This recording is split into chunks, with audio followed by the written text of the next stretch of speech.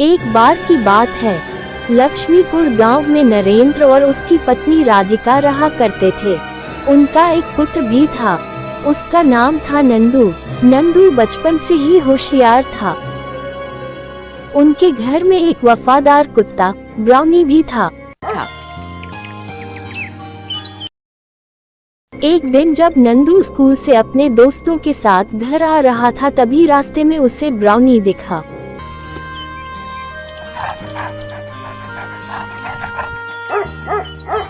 अरे ब्राउनी, तू मुझे लेने आया है क्या? चल मुझे पकड़, देखते हैं कौन जीतता है। आज तो देखना मैं ही जीतूंगा, तू हर बार जीत जाता है। आज मैंने समोसे खाए हैं और अब मैं चीते जैसा दौड़ूंगा। जो जीतेगा उसे ये बिस्किट मिलेगा। दोनों घर की तरफ भागने लगे।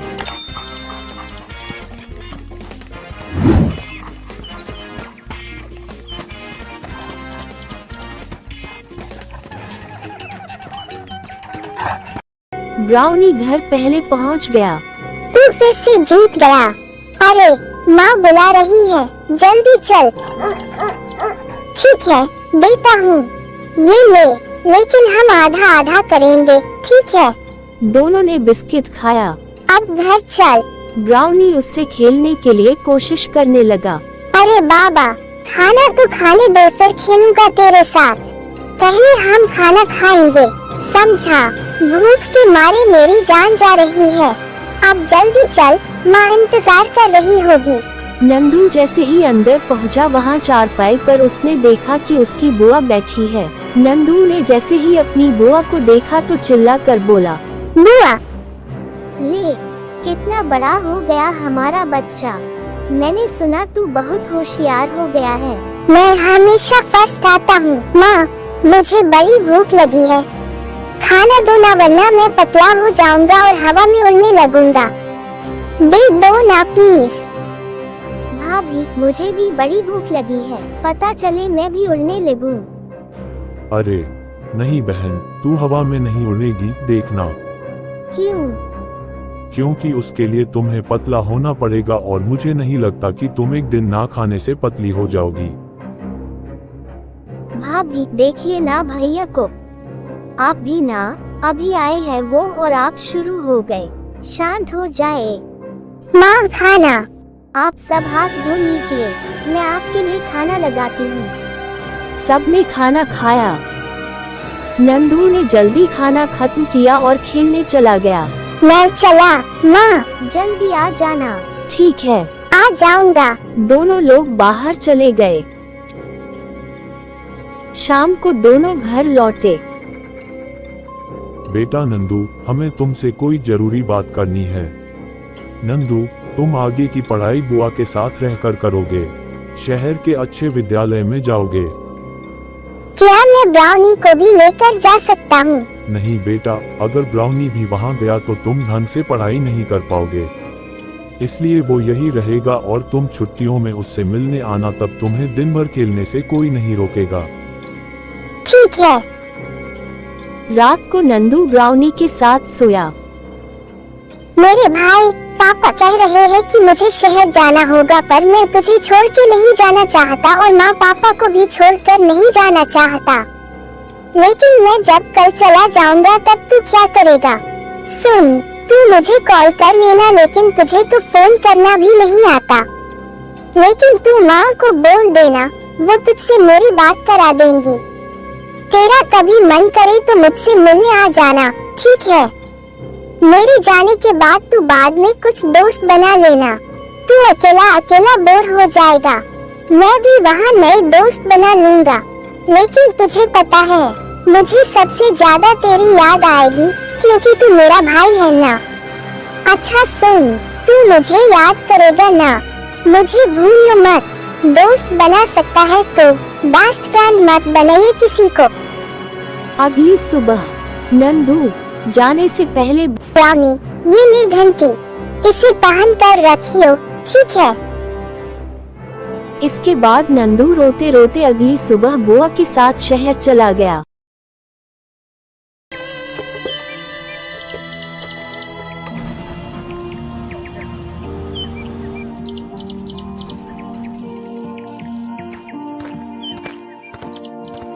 कार्तिक नंदू के गले लगा। आज से नंदू हमारे साथ ही रहेगा, उसे अपने कमरे में ले जाओ। कुछ दिनों बाद नंदू का एडमिशन कार्तिक के स्कूल में हो गया। दोनों बच्चे मन लगाकर पढ़ने लगे।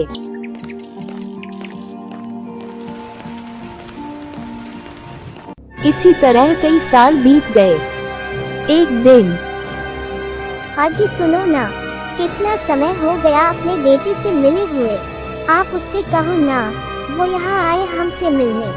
ठीक है, रुको उसे कॉल करता हूँ। हेलो। हाँ जी पिताजी, कैसा है तू? सुन, तेरी माँ चाहती है कि तू उससे मिलने यहाँ आ जाए। ठीक है पिताजी, मैं आज ही कंपनी में छुट्टी के लिए बात करता हूँ।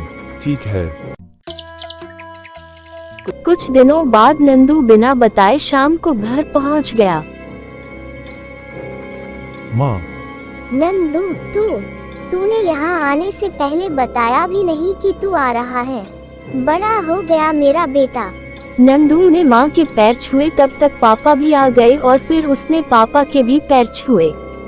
बेटा, तूने आने से पहले बताया नहीं, हम तुझे लेने ही आ जाते। अगर बता देता तो आप सभी को सरप्राइज कैसे करता। कितना बड़ा हो गया है मेरा बेटा। चल हाथ मुंह धो ले, मैं तेरे लिए खाना बनाती हूँ। अचानक उनके घर के बाहर से एक बछड़ा जंगल की ओर जा रहा होता है। अरे कोई रोको उसे, अरे जाने मत दो भाई। खाना खाते वक्त नंदू अपनी माँ से बोला, लगता है यहाँ पर जंगली जानवरों का ज्यादा ही आतंक फैला हुआ है, तभी तो लोग कितना डर रहे हैं जंगल जाने से। पर जब मैं आया था तो उस तरफ तो कोई जंगल था ही नहीं, तो फिर वो किस जंगल की बात कर रहे हैं? नहीं बेटा, वो जानवरों की वजह से नहीं डर रहा, बल्कि इस भूतिया जंगल की वजह से डर रहा है। वहाँ एक राक्षस रहता है, वो जंगल सुबह गायब हो जाता है और शाम होते ही वापस अपनी जगह पर आ जाता है। माँ, ऐसा भी कभी होता है क्या, एक जंगल ही अपनी जगह से गायब हो जाए? अच्छा, ये बताओ ब्राउनी कहाँ है? तब से दिख नहीं रहा। बेटा, वो उस जंगल में चला गया था, हमने बहुत ढूंढा, वो नहीं आया और उसका बहुत इंतजार भी किया। क्या आप सभी ने मुझे क्यों नहीं बताया? हम सब नहीं चाहते थे कि इन सब का असर तेरी पढ़ाई पर पड़े, इसलिए हमने तुझसे ये बात छुपाई। इसके बाद नंदू लेट गया और सोचने लगा। उसके दिमाग में कई सवाल चल रहे थे। वो दिमाग में सोचता है कि ये सब चल क्या रहा है, जंगल कैसे गायब हो सकता है। अगले दिन नंदू अपने पुराने दोस्तों से मिलने चला जाता है। नंदू चल रहा होता है, तभी उसे रास्ते में राजीव मिलता है। अरे नंदू, कैसा है मेरे दोस्त? लगता है तू तो भूल ही गया था कि तेरा एक गांव भी है। नहीं यार, बस पहले पढ़ाई और अब ये जॉब। ये सब छोड़ो, रवि और मनु कहाँ है? चल, मैं भी उन्हीं के पास ही जा रहा था।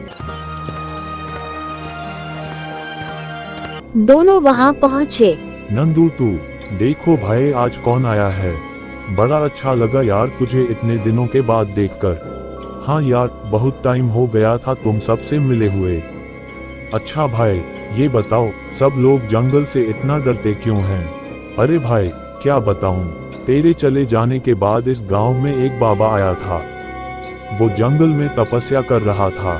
कई सालों तक तपस्या करने के बाद उसके ऊपर मिट्टी की परत जम गई और इस गांव के कुछ आदमियों ने नशे में उस बाबा के ऊपर लाठी मार दी और उस लाठी मारने की वजह से बाबा की तपस्या भंग हो गई। बाबा को चोट भी आ गई।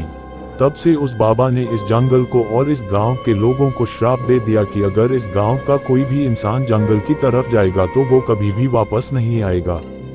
वो जो लोग वहां गए थे वो आज तक वापस नहीं आए और उसके बाद जितने भी लोग जाने अनजाने से गए वो भी कभी वापस नहीं आए। श्राप कभी खत्म नहीं होगा भाई। इसके बाद रवि नंदू को श्राप कैसे टूटेगा वो बताता है। सुनने के बाद, चलो दोस्तों, मैं घर जाता हूँ। माँ भी इंतजार कर रही होगी। इसके बाद नंदू वहाँ से चला जाता है। घर जाते वक्त वो गांव के उसी रास्ते पर जाता है जहाँ से जंगल शुरू होता है, लेकिन उसे जंगल नहीं दिखाई देता, इसलिए वो घर लौट आता है और रात होने का इंतजार करता है। रात होते ही वो बिना किसी को बताए जंगल की तरफ चल पड़ता है। वो जैसे ही जंगल के पास पहुंचता है, यह क्या? दिन में तो यहाँ कोई जंगल नहीं था, अचानक इतना बड़ा जंगल कैसे आ गया?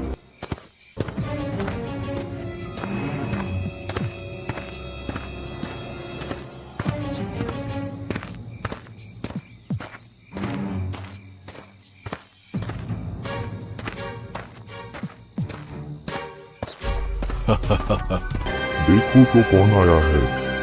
तू यहाँ क्यों आया है? बोल। बस पिछली बार तुमने पूछा था ना, इस बार मैं पूछूंगा।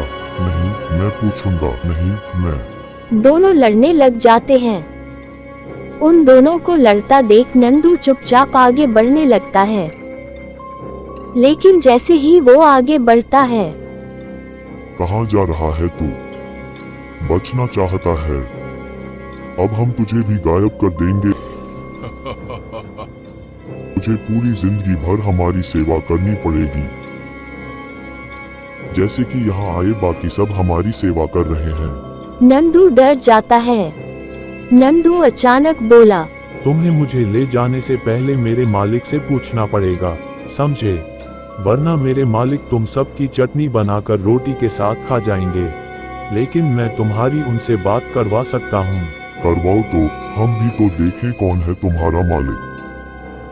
नंदू अपने फोन में एक ऐप खोलता है और उसमें कुछ टाइप करता है और उस फोन से आवाज आती है। क्यों याद किया है मुझे? मालिक, ये दो छोटे भूत मुझे अपनी सेवा करने के लिए ले जा रहे। मैंने तो कह दिया मैं बस आपका सेवक हूँ। तो कहते हैं कि कौन है तेरा मालिक? तो मैंने आपसे इनकी बात करवाने की सोची। सुनो अगर मेरे सेवक को कुछ भी किया तो तुम्हें पुलाव बनाकर खा जाऊंगा। तुम जानते नहीं क्या, इस जंगल पर भी अब मेरा राज होने वाला है। बस रजिस्ट्री बाकी बची है। रुको, तुम सबको सबक सिखाता हूँ। उसके बाद फोन से बिजली गिरने और डरावनी आवाजें आने लगे। दोनों भूत आपस में बात करने लगे। सुन, लगता है वे हमसे भी ज्यादा शक्तिशाली है। कहीं ऐसा ना हो इस आदमी के चक्कर में हमें अपनी जान से हाथ धोना पड़े। दोस्त निकल, जल्दी कर भाई, ये नई आफत आ गई है जंगल में।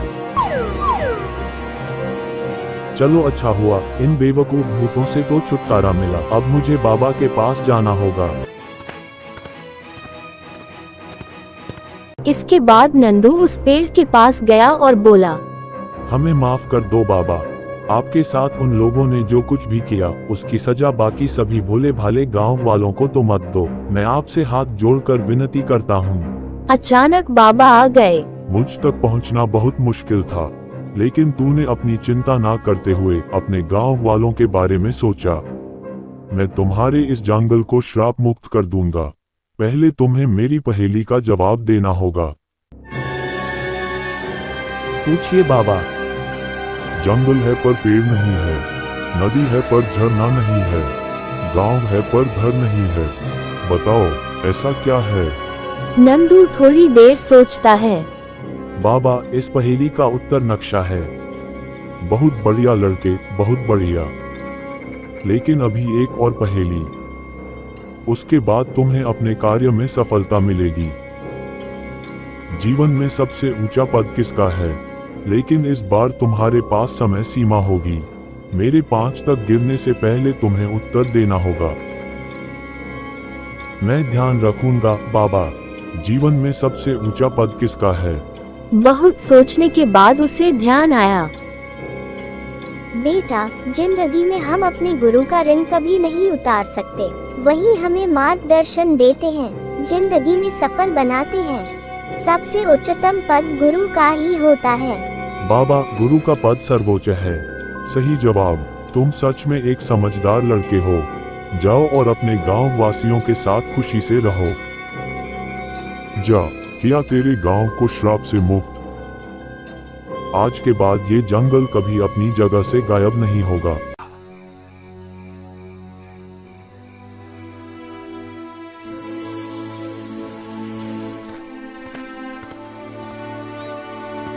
तभी गांव के सब लोग मशाल लेकर जंगल के बाहर खड़े होते हैं और नंदू को देखते ही नंदू की माँ विमला रो पड़ती है। तू वहाँ क्यों गया था बेटा? तुझे कुछ हो जाता तो?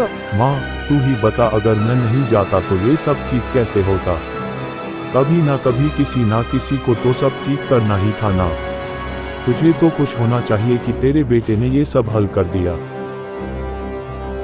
लेकिन बेटा तुमने ये सब किया कैसे?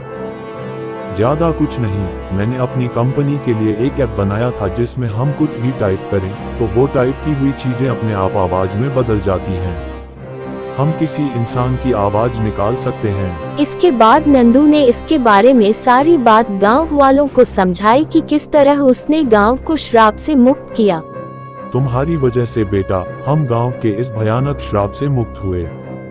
हर बार कोई न कोई वहां चला जाता और अपनी जान से हाथ धो बैठता, लेकिन अब ये हमेशा के लिए खत्म हो गया।